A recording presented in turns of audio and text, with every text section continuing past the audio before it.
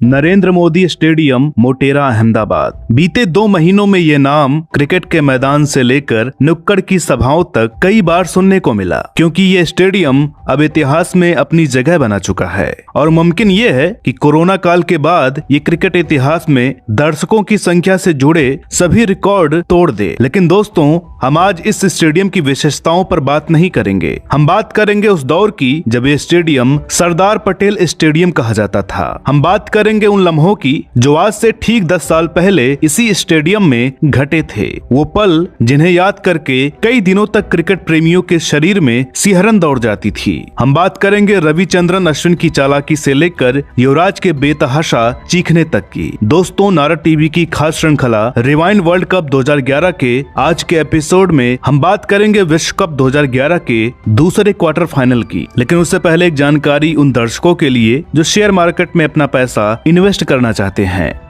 दोस्तों, अगर आप शेयर मार्केट में इन्वेस्ट करना चाहते हैं तो अब स्टॉक्स आपको मुफ्त में डीमैट अकाउंट खोलने का मौका देता है। इसमें आप मात्र 100 रुपए से अपनी इन्वेस्टमेंट शुरू कर सकते हैं। आप म्यूचुअल फंड में भी इन्वेस्ट कर सकते हैं। इसके अलावा पहले 30 दिनों में कितना बिजनेस किया है इसका कोई ब्रोकरेज नहीं होगा।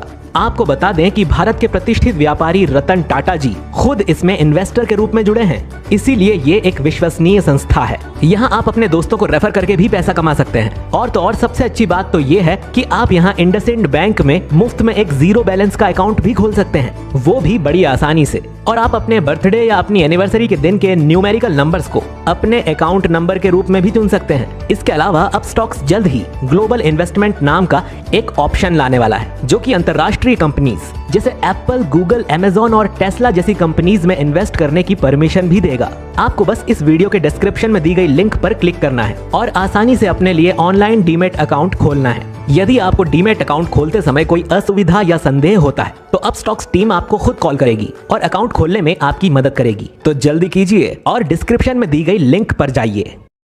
विश्व कप 2011 अब ऐसी स्थिति में था जहां एक भी गलती कई महीनों की मेहनत बेकार कर देती और कई सालों तक जीत की उम्मीद में बैठे क्रिकेट प्रशंसकों का दिल तोड़ देती। यानी भारतीय टीम पर दबाव हद से ज्यादा था। उस पर परेशानी ये थी कि मैच उस अहमदाबाद में था जहां भारतीय टीम उस दौर में अपने पिछले सभी 4 मुकाबले हार चुकी थी। लेकिन दूसरी ओर ऑस्ट्रेलिया अपना अंतिम मुकाबला पाकिस्तान से हारकर क्वार्टर फाइनल खेलने आई थी। दोनों टीमें एक जोरदार मुकाबले के लिए तैयार थीं। काउंटर पर मैच के 20,000 टिकट बेचे गए, जो सिर्फ आधे घंटे में ही बिक गए थे। विशेषज्ञ भी विजेता घोषित करने से कतरा रहे थे। सभी सवालों का एक ही जवाब था कि जो बेहतर टेम्परामेंट दिखाएगा वही जीतेगा। लेकिन मैच से पहले आंकड़े देखने पर साफ नजर आ रहा था कि ऑस्ट्रेलिया का पलड़ा भारी है। फिर 2003 विश्व कप फाइनल में मिली हार भी दिमाग में थी। संयोग देखिए कि वो मैच 23 मार्च को था और ये 24 मार्च को। लेकिन भारतीय टीम की फॉर्म और पूरे विश्व कप में हार न मानने का जज्बा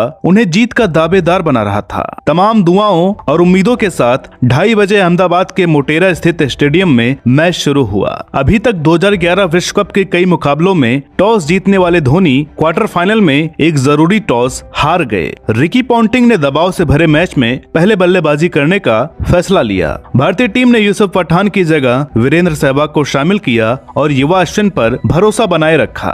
धोनी ने आईपीएल वाला प्रयोग जारी रखते हुए अश्विन से गेंदबाजी की शुरुआत करवाई। ऑस्ट्रेलिया की तरफ से ओपनिंग करने उतरे वाटसन और हेडिन ने संभल कर बल्लेबाजी करना शुरू की। वाटसन अभी आक्रामक रुख अपना ही रहे थे कि अश्विन की कैरम बॉल समझ नहीं पाए और 25 रन पर बोल्ड हो गए। तीसरे नंबर पर बल्लेबाजी करने उतरे रिकी पॉन्टिंग ने हेडिन के साथ मिलकर रनों का सिलसिला जारी रखा। लेकिन ऑस्ट्रेलिया के लिए परेशानी ये थी कि रन रेट बहुत कम था। रन रेट बढ़ाने के चक्कर में पहले 110 के स्कोर पर हेडिन आउट हो गए। फिर माइकल क्लार्क कुछ खास किए बिना 8 रन बनाकर आउट हो गए और 150 के स्कोर पर जहीर ने माइकल हसी को बोल्ड करके ऑस्ट्रेलियाई टीम को गहरे संकट में डाल दिया। अब तक 34 ओवर हो चुके थे और ऑस्ट्रेलिया का स्कोर करीब 150 तक ही पहुंचा था। अब ओवर आक्रमण करने वाले थे, लेकिन एकदम से 3 विकेट गिरने के कारण पारी और धीमी हो गई। रिकी पॉन्टिंग कप्तानी पारी खेल रहे थे। मगर दूसरी तरफ से साथ नहीं मिल रहा था। 190 के स्कोर पर कैम रूट-वाइट भी जहीर खान का शिकार बने। उसके बाद डेविड हसी ने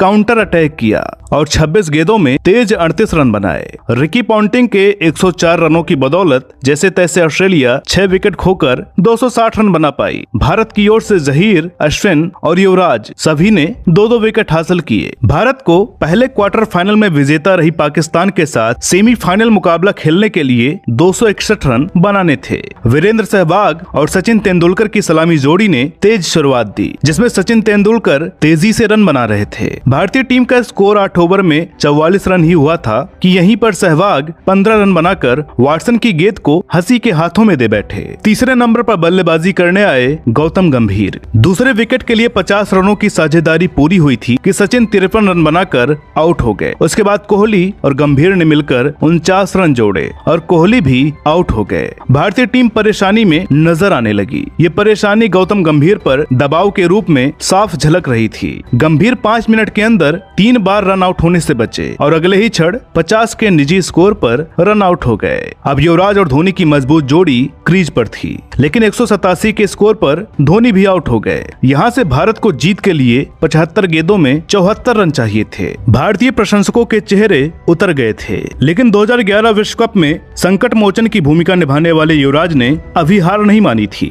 युवराज ने रैना के साथ मिलकर पहले विकेट गिरने के सिलसिले को रोका, उसके बाद शॉट्स लगाना शुरू किए। दूसरी तरफ धीमी शुरुआत के बाद रैना भी फॉर्म में लौट आए थे।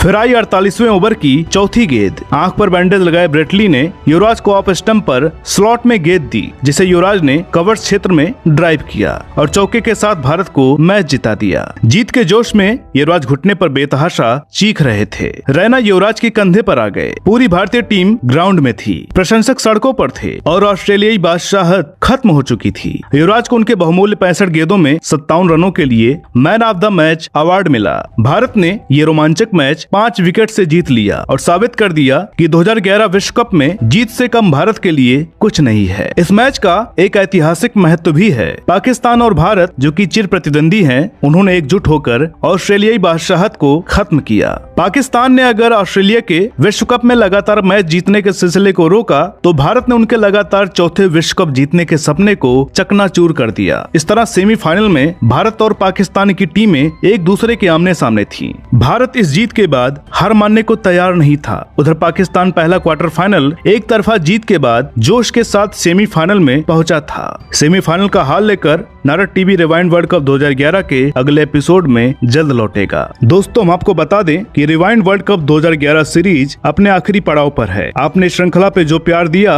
उसके लिए आप सबका बहुत बहुत शुक्रिया। तो दोस्तों, सेमीफाइनल से पहले जितना हो सके इस वीडियो को शेयर करें और अगर आप भी शेयर मार्केट में इन्वेस्ट करना चाहते हैं तो डिस्क्रिप्शन में दिए गए लिंक पर जरूर जाएं। दोस्तों, उम्मीद करते हैं कि आज का ये एपिसोड आपको पसंद आया होगा। ऐसे ही रोचक वीडियोस देखने के लिए जुड़े रहें नारद टीवी के साथ ही साथ हमें फॉलो करें फेसबुक, ट्विटर और इंस्टाग्राम पर। तो दोस्तों, मिलते हैं अगले एपिसोड में एक और नई कहानी के साथ। तब तक के लिए नमस्कार।